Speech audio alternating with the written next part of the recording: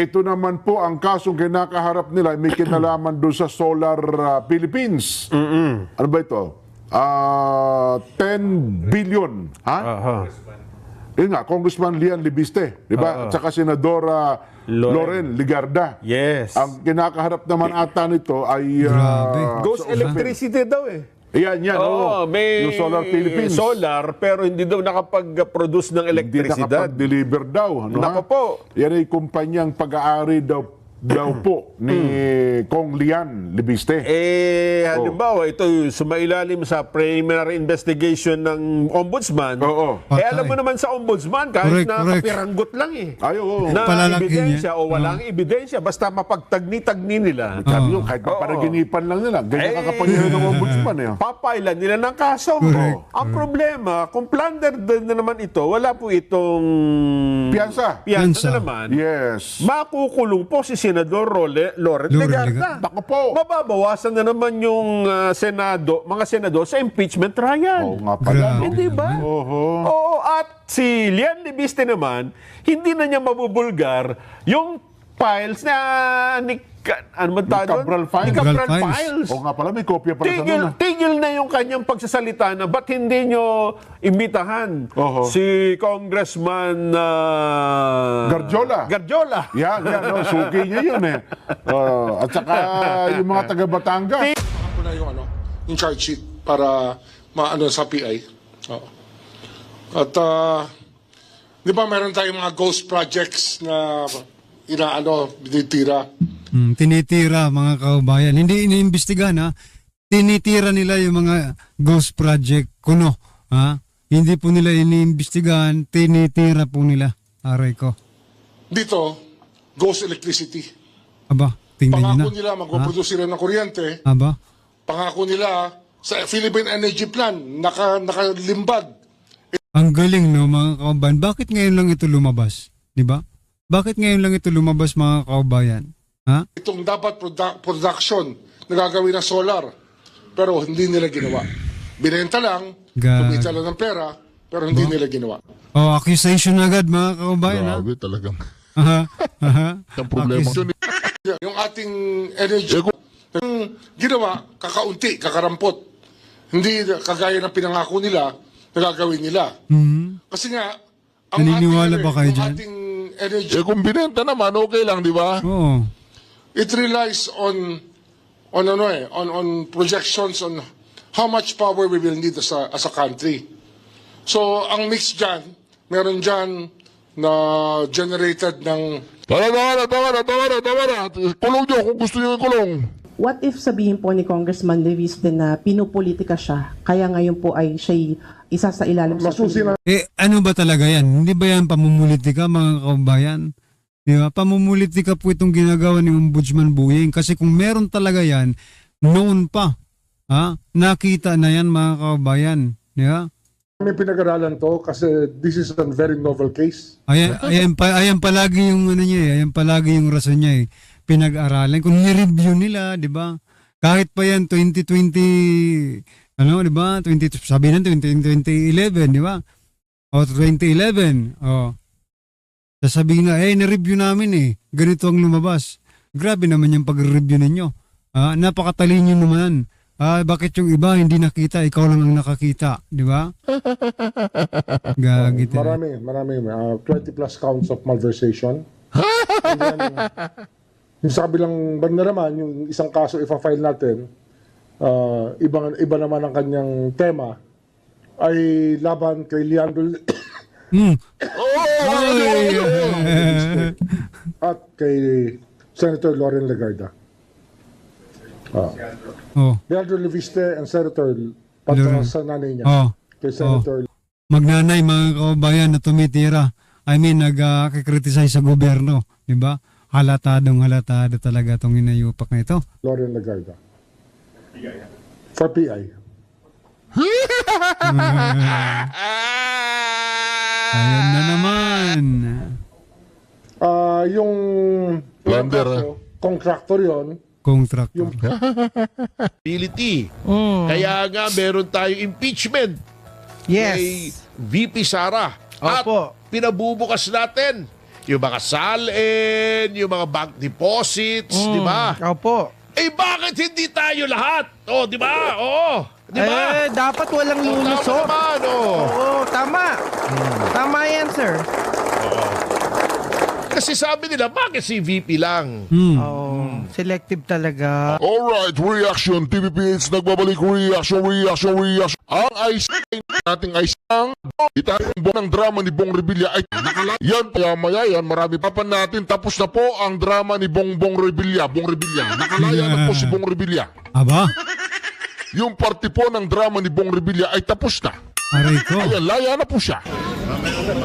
Ayan na, mga karyasyo. Siyempre, lakas yan eh, di ba? Lakas tama party yan eh. Kasama yan ni Tambalos-los eh, di ba? Correct. Oh, natakot siguro si Bangag. Baka kumantayang si Bongbong.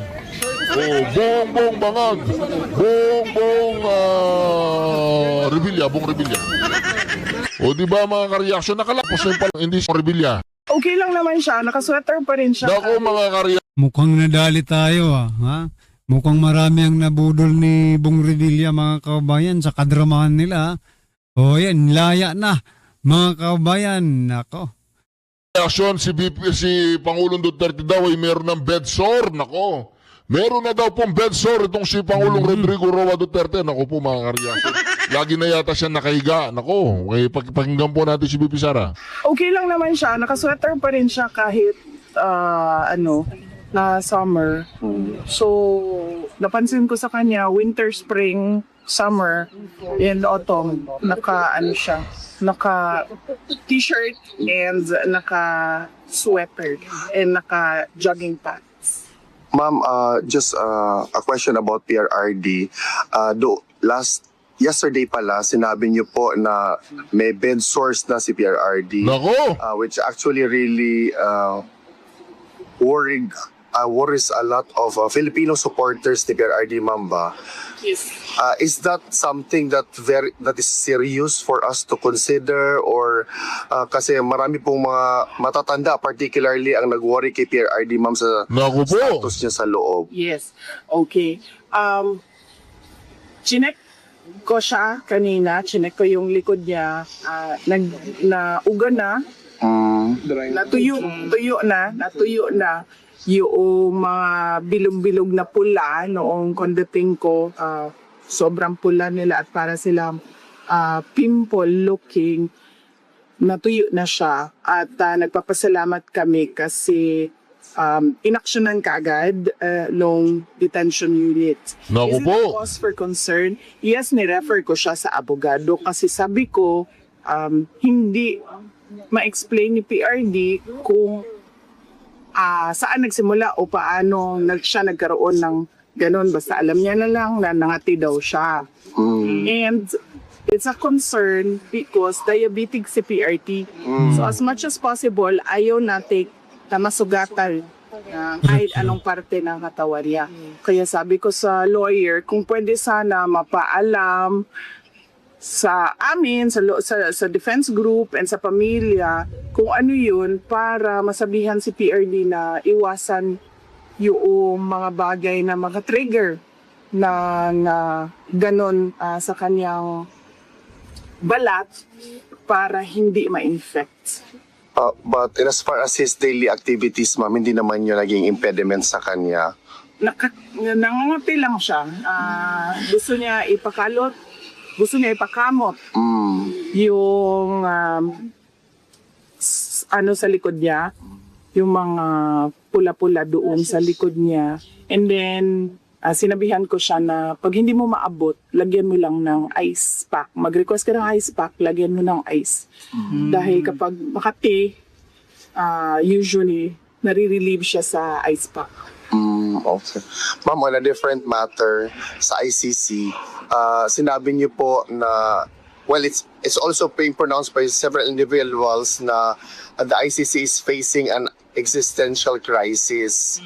And there are a lot of countries already making public yung mga withdrawal nila from the Rome Statute, such as the country Chad and Venezuela. Do you have a specific, or do you have a comment with respect to this development? Well, nakikita na ngayon ng buong mundo kung anong klaseng organisasyon ang ICC at napakita natin through the case of former President Rodrigo Duterte kung anong klaseng institusyon ang ICC. Kahapon doon sa rally, maliwanag naipakita natin kung sino yung complainant. It's all about politics. Kung sino yung nag-kidnap sa kanya. Ang gobyerno ng Pilipinas, it's all about local politics. Pinakita natin na yung subject ng crimes against humanity kuno, which is a drug war program of the government of the Philippines. And napakita natin yung tao na nag-utos ng investigasyon ay merong conflict of interest. So, pero nakikita natin na pinanghahawakan pa rin nila yung kaso ni President Duterte. Nakakulong pa rin yung 81 years old dyan na hirap sa paglalakad. Maraming nararamdaman sa kanyang katawan at hindi nila binibigyan ng release. So, on that note, maipapakita siya na example ng iba't ibang bansa kung ano ang reputasyon at ano ang interest at agenda. Alam niyo po mga kareaksyon tong ICC, mamalasin ito sa dahil kay Pangulong Duterte. Correct. Paniwala po kayo ha. Pero ito Itayin po ninyo yung video ni pero ito mga kabayan, pasadahan po natin to na si ito. Higit. Isang Si Bong Revilla. Ayan. Anong tawag dito? Ito ho'y naharap din po siya sa kasong plunder. Yeah. Ano ha? Senador Bong Revilla. Pero hiwala yan no? Na kaso. Oo. Ano din? Third division ha? Parehas ng division ni Senador Marcoleta. Lahat doon dinadala Hindi, nag-raffle yan kunyari, parang doon bumabagsak ata kay kung totoong rap. Pero ako naman naniniwala Bakit lahat nandun di ba? Kasi yung iba nung niraffle, nakapanalong rep dapat yan. Dapat live yan. Parang ganon?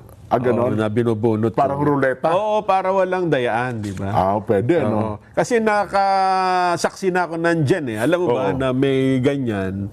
Sa Court of Appeals yata ito. Nung araw, nung pa naman, ewan ko meron pa ngayon. Pagka nag-raffle ng kaso doon, may iniimbitahang Hindi, pagka nag-raffle ng kaso doon, napunta sa isang division, mag-i-inhibit. Ganon. Raffle na naman. Mag-i-inhibit na naman. Hanggang mapunta dun sa... Talagang dapat niyang puntahan. Hindi nag-inhibit kasi baka nakakilala, etc. Hindi Magkano ba piniyansa? Mahigit 1 milyon. Ayun. Pagpunta ng Cavite, pauwi na. Ay malamang. Swerte naman. Kaya kahit paano ay masaya-saya po. Swerte si Revilla.